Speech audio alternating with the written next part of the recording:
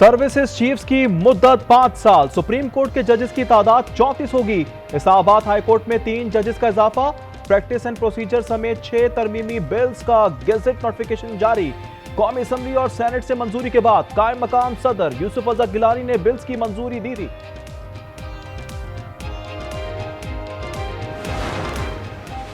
ना वादे पूरे, ना मुशावरत, ना ही कोऑर्डिनेशन। बिलावल भुट्टो इत्तेहादी जमात नून लीग से नाराज हो गए।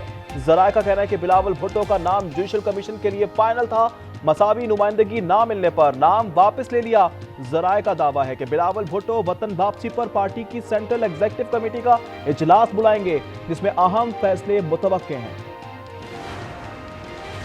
26वीं आईनी तरमीम का केस रवां हफ्ते फुल कोर्ट बेंच में समाअत के लिए लगाया जाए।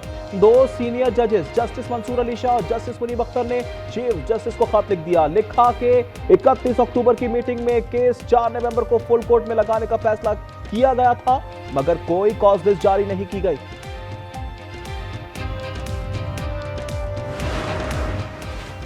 सुप्रीम कोर्ट में जजेस के तकर्रुर और आईनी बेंचेस की तश्कील का मरहला। चीफ जस्टिस याहिया अफरीदी की ज़ेर सदारत जुडिशल कमीशन का इजलास आज होगा। जुडिशल कमीशन का सेक्रेटेरिएट कायम करने पर मुशावरत भी मुतवक्के।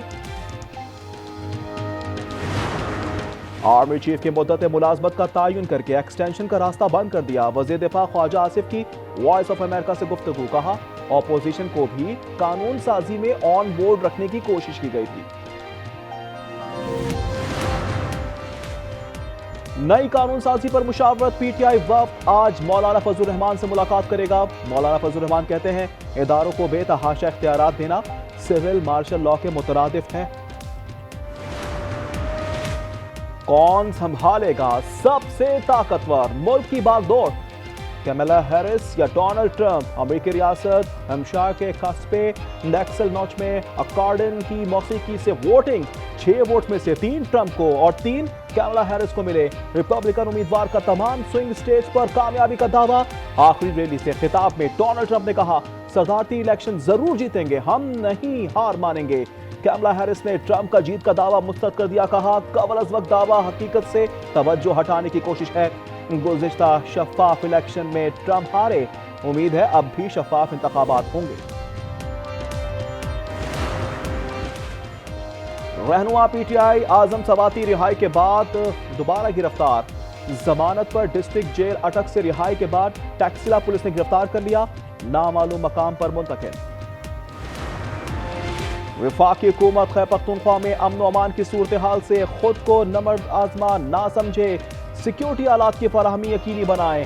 Chief justice Peshawar high court के सूबे में सिक्योरिटी सूरत हाल पर केस की समाअत पर रिमार्क्स। जस्टिस इशाक इब्राहिम ने कहा, जब तक वफाकी और सूबाई हुकूमत एक पेज पर नहीं आती, सिक्योरिटी बेहतर नहीं हो सकती।